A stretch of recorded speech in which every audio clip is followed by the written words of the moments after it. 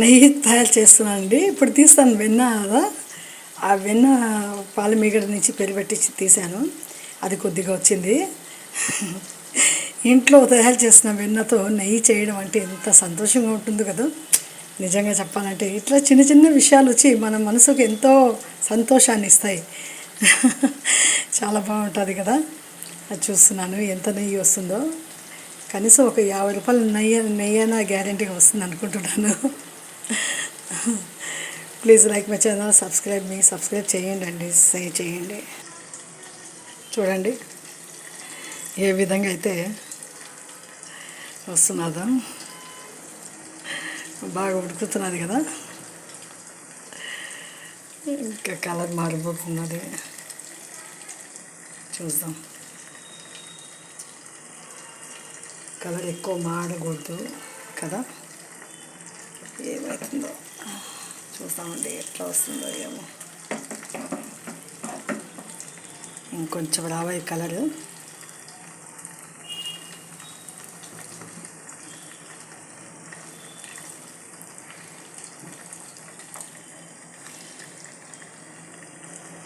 బా మంచి గుమ గుమ గుమ గుమ గుమ వాసన వచ్చేస్తున్నది.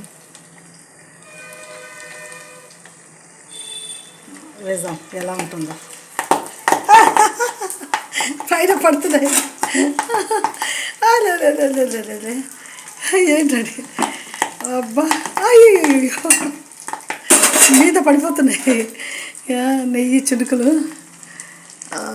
కొద్దిగా ఇంకా మాడా, మంచి సువాసన వస్తున్నది. అలా ఒక తమలపాకు వేస్తే చాలా మంచి రుచిగా ఉంటుంది. చూడండి ఈ నెయ్యి అంతా ఎక్కడెక్కడ పడిందో. ఉండేదే కొద్దిగా నెయ్యి, మళ్ళీ అందులో వచ్చి చిటపట చిరుకులు ఒకటి. వేగిపోయినా బాగుండేమో.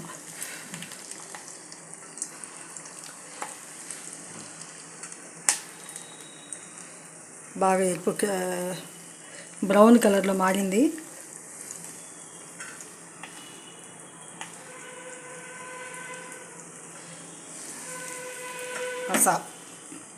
ఎక్కువ మాడినా కూడా బాగుండదు. ఇంకా దాంట్లోనే ఉడికిపోతుంటుంది. అదే ఇంకా బ్రౌన్ కలర్లో పక్కాగా వచ్చేస్తుందండి. పర్వాలేదు, అంత మటుకు వస్తే ఓకే. పర్వాలేదు, చెప్పినాను కదా, ఒక 50 రూపాయల నెయ్యి అనుకోండి, ఏదో ఒకటి లేండి. ఒక 5-6 సార్లైనా వాడుకోవడానికి, ఇంకా ఎక్కువ 10 సార్లైనా వస్తుంది అనుకుంటున్నా, అన్నంలో వేసుకోవడానికి మాత్రమే. Please like my channel, subscribe me.